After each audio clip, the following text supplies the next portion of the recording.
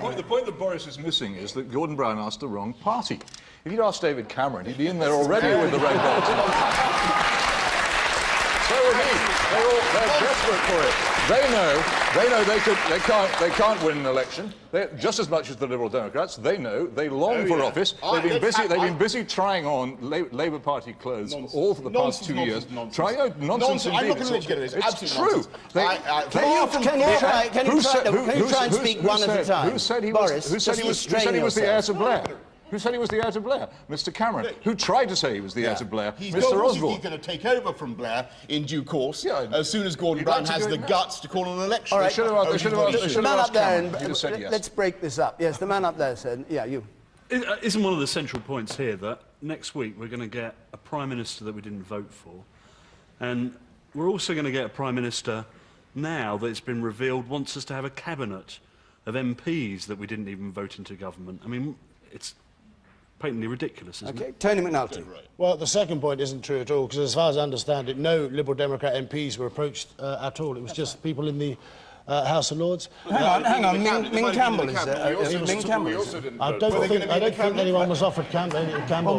What do you think? Wait a minute. What do you think went on between Gordon Brown I'm not party and to Ming what's Campbell? I'm not party to what's gone on between them. Your job was offered to Shirley. Well, maybe so. I should discover that or otherwise. What's going on? I should discover that or otherwise next week. You're a staunch Labour supporter. What's happening? I'm convinced what Gordon is doing is as Shirley says, rather than Liberal Democrat. It's about approaching someone like Ashdown, who has served and served his country well. He's done the Parades Commission in Northern Ireland. He's done, by all accounts and by popular acclaim, a fine job in the Balkans since he left the House of Commons. And I think it's a sign of real confidence from the new Prime Minister that he's looking beyond simply his own party to secure talents in the interest of the country. Whether at cabinet level or otherwise, I think is totally irrelevant. No, it's far from desperation. I think it's a sign of very, very strong confidence in himself, his party, and his government. I think the other small point to make is that of the others offered, again, they've made significant contributions. I think Alex Carlisle, who I work with now, he's the terrorism legislation reviewer, has done, again, an exceptional job, never always agreeing with us. And if his talents... But you'd like to see the Liberal Democrats in government? I didn't say that necessarily. I'm just trying to explain to you what I think Gordon is doing in exploring a whole range of options before he puts his cabinet in place after Wednesday. It's the wrong way... And again, the other point I'd make, to go back to the gentleman, there have been any number of times, 3 at least, I think, where there has been changes in the leadership without a subsequent election other than at the appropriate time. We do not have a presidency. We did not elect Tony Blair as Prime Minister. Yeah, but he said he would serve sufficient people elected the He Labour said he would Party, serve a full and 5 he was our years. leader. All right, the man there... Thatcher Major was exactly the same. Callaghan Wilson was exactly the same. Yes, All right. Panel. Listen to the audience for a moment. Curb your enthusiasm. Yes, sir. Yes, says the grumpy old man. Yes. Is Gordon Brown actually preparing for a coalition government in the next election? Is he not doing that? I don't think so at all. It's not for us to preempt the result of the next election. He's certainly not preparing for a coalition government next week. He's gone to, but as ever, very, very nicely, Boris has been utterly partisan. He's gone to individuals who happen to be Liberal Democrats. Oh, I see. He hasn't gone to the Lib Democrats saying, come on down. That wasn't being the leader of the Liberal Not you, Boris, you, sir. The case that Gordon Brown hasn't got enough talent in his own party to choose from? That's not the case either. Right. It's a sign, I think, of true confidence. Christopher Hitchens, you've been silent through this domestic argument. It's brand new politics. I don't care about the Liberal Democratic Party at all. It bores me stiff. But do we know that Paddy Ashdown is still a supporter of this ramshackle, itself cobbled together coalition of a party? Are we clear that he is still a member of it? I'm not. Has anyone asked him? Can I just add to this, and I think there's one serious problem about this.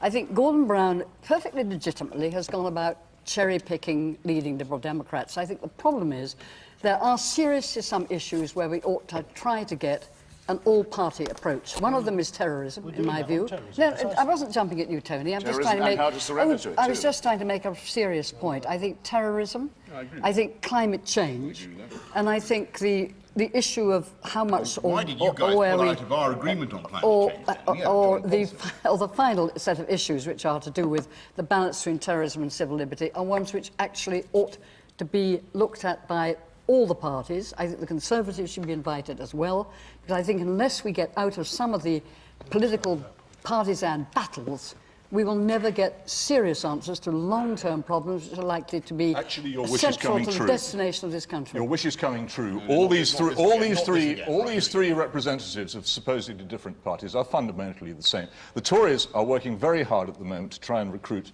Labour front bench spokesmen and Labour spin doctors and other Labour people. They've actually failed so far. Not because you know who. Not because they're not left-wing enough. Come on, tell us. Who are we trying to recruit? Name that spin doctor. Who are you trying to recruit? Yeah.